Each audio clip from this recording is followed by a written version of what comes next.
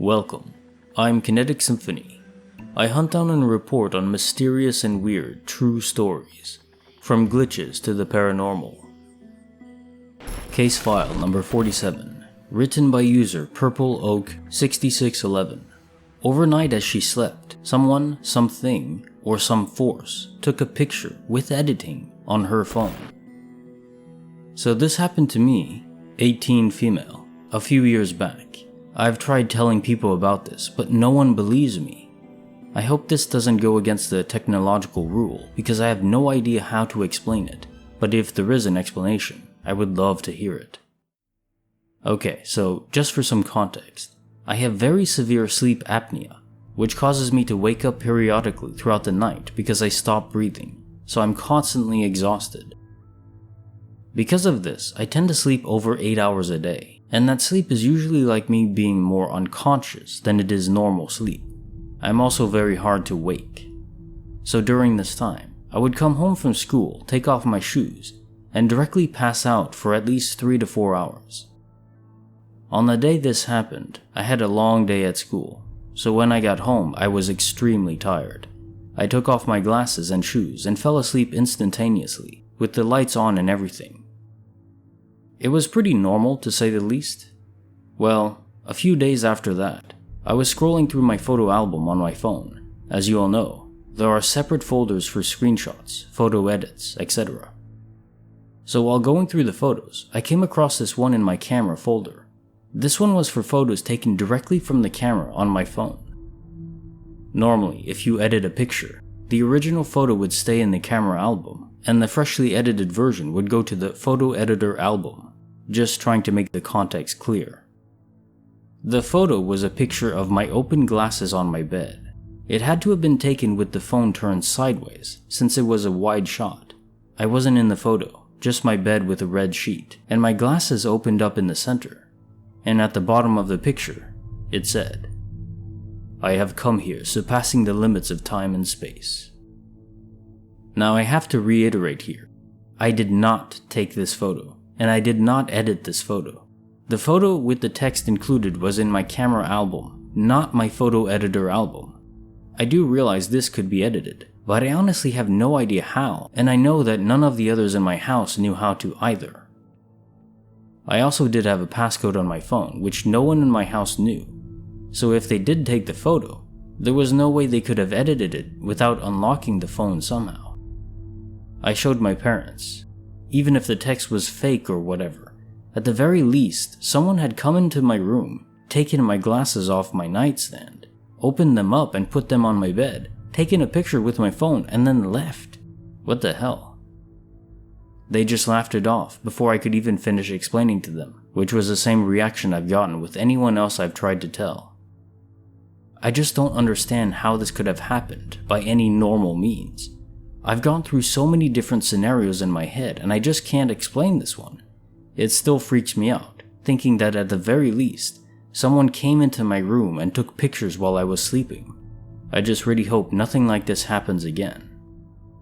Also, just a quick side note. I have the phone on which the picture appeared, but the screen has completely blacked out. It's kind of fried. I've tried getting my photos on it transferred to my computer, but it keeps popping up errors. If anyone has any tips on how to recover these photos, I'd love to hear them. Edit. So I've seen a lot of the same responses and questions about my post, so there are a few things I want to mention.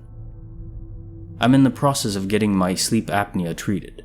At the beginning of 2020, I got my tonsils and adenoids removed. I only found out I had sleep apnea a few months before the surgery, but I think it was worthy to mention since I'm a very heavy sleeper due to that. It has helped, but I need to get another sleep study to find out if I still need a CPAP machine or not. But overall, I'm doing much better than before.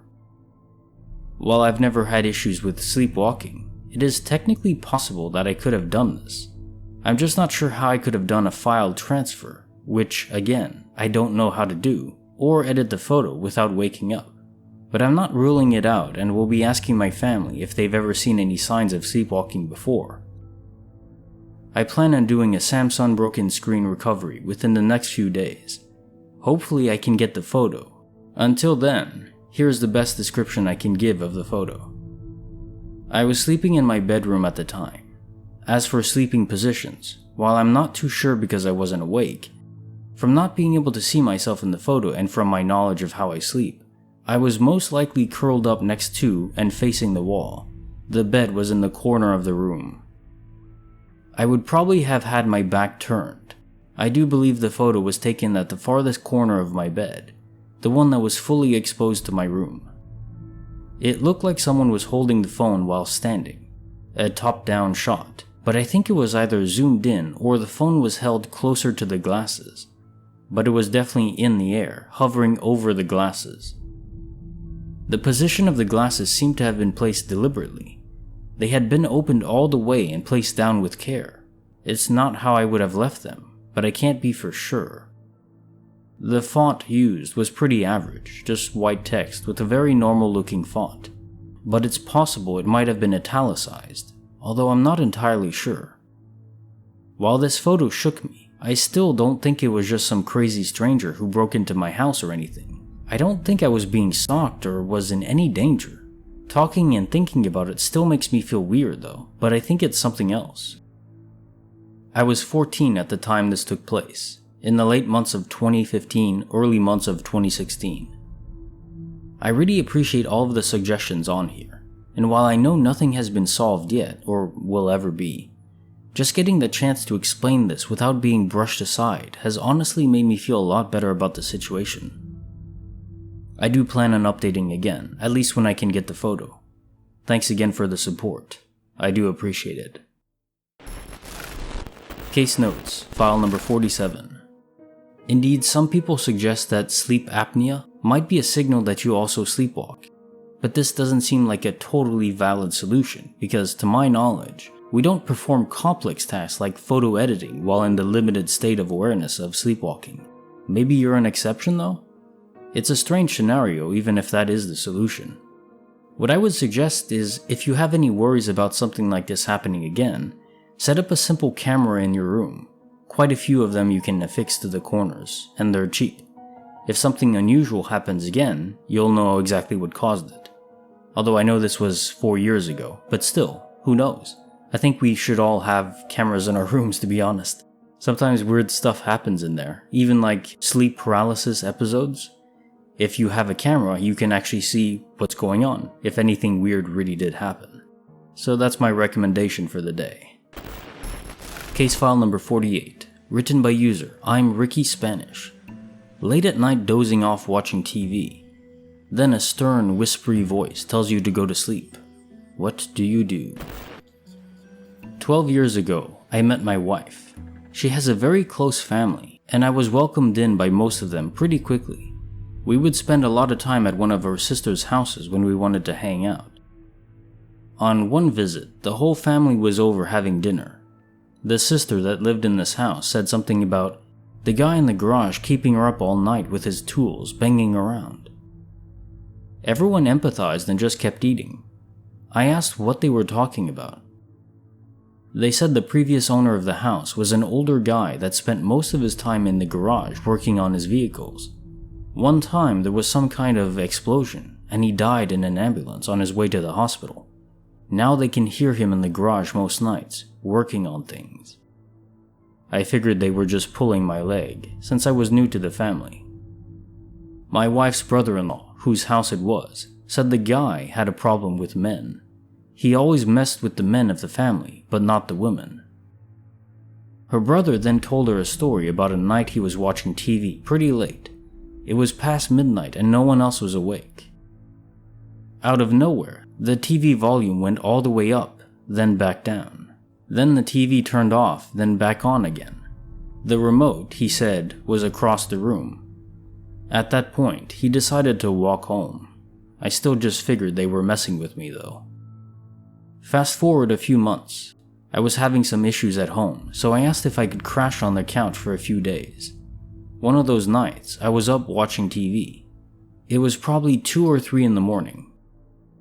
I kept hearing sounds from the area of the garage, but that's where the heater and water heater are located, so I chalked it up to that.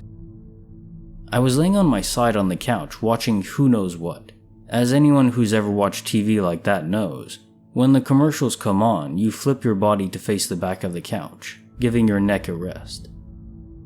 On one of those couch-facing flips, I heard a voice that sounded like it was right next to me whisper into my ear, "Go to sleep," quite sternly. I'm not one to screw around with things like that, so without turning around, I grabbed the remote, turned off the TV, closed my eyes, and tried my best to fall asleep. The next morning I was telling them about it. They just had the "I told you so" face on. I've slept there since many times, but never again on the couch. And if I ever start to hear him working in the garage, I know it's bedtime. Case notes, file number 48. I'd like to think that, for myself, if I heard a mysteriously stern voice say, "Go to sleep," from the ether, I'd have booked it out of the house in a couple of seconds. But then I remind myself of how difficult it is to get out of bed from a comfy position, even on the couch when you're just starting to doze off. You're feeling warm and cozy and relaxed. Even a ghost telling you to go to sleep. Maybe I wouldn't even be freaked out by that. I would just turn around and doze off. The ghost, after all, was just looking out for your health. How kind of him. If you enjoyed the video, give it a like, and also subscribe on up. I'm always uploading more stories. I'll see you there.